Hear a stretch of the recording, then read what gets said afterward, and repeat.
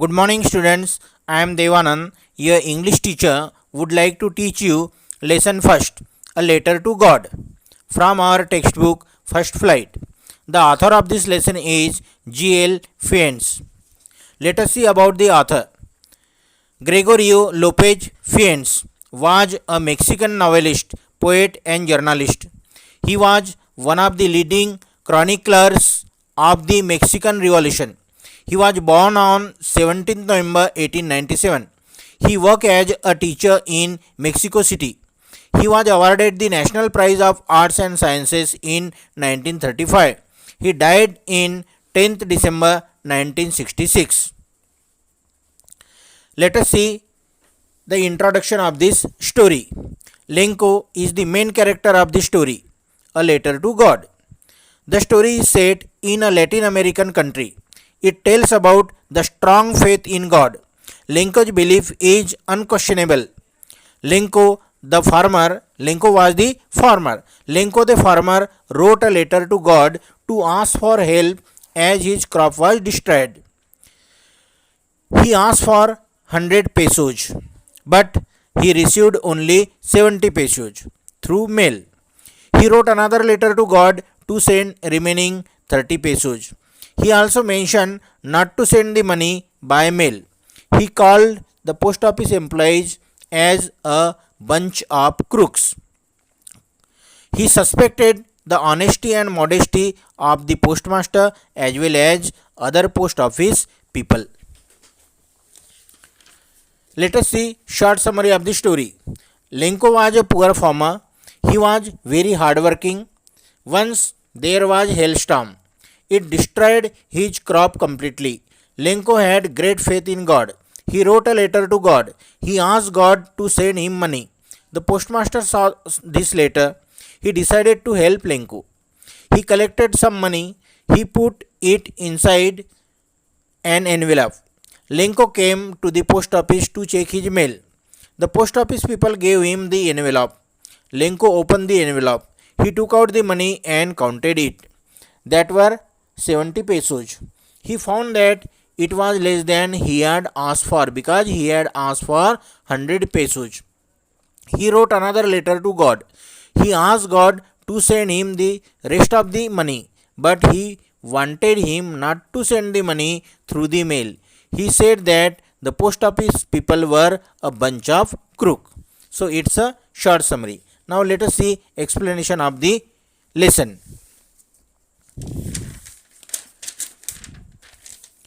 There was a house on the crest. Crest means top. Okay. Uchai pe, choti pe. There was a house on the crest of a low hill. One could see the river and the ripe corn field that always promise a good harvest. Lenko, he was the farmer. Lenko the farmer was eagerly waiting for a downpour or at least a shower. Means Lenko was waiting for rainfall. He told his wife that then they were really going to get some water. His wife agreed and replied that it was God's will. She was preparing supper and the elder boys were working in the field.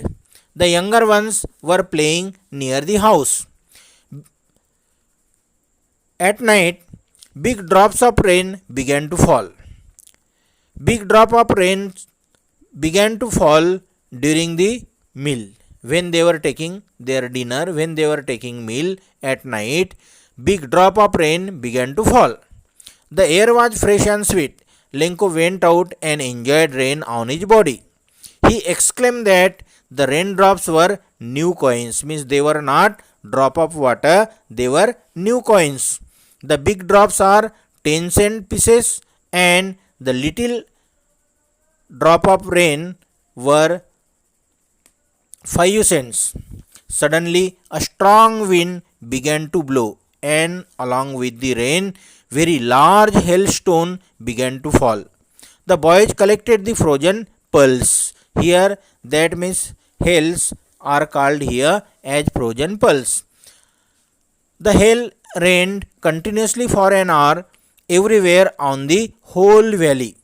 The corn was totally destroyed. Lenko's soul was filled with sadness. He said, "A plague of here locusts would have left more than this." Now here a plague of here locust means that these are one type of insects which destroyed the crop. So he told that even even the insect if attack his crop, then also some of his crop would be left. Completely it would not be destroyed. But here hailstorm destroyed the crop completely. That night was a sorrowful for him. Lenko had full faith in God. He said himself, "No one dies of hunger." Lenko was an ox of a man, working like an animal in the fields, but still he knew how to write. He wrote a letter to God. He mentioned in the letter that he needed 100 pesos. He wrote to God on the envelope, means the address of receiver he wrote there as God, and drop it into the mailbox, letterbox. The postman and the postmaster, both of them began to laugh on seeing the address, because address was written God. The postmaster was a fat and amiable fellow. He decided to answer the letter because he didn't want to shake the faith of Lenko. He collected money from his employees and friends. He also gave a part of his salary.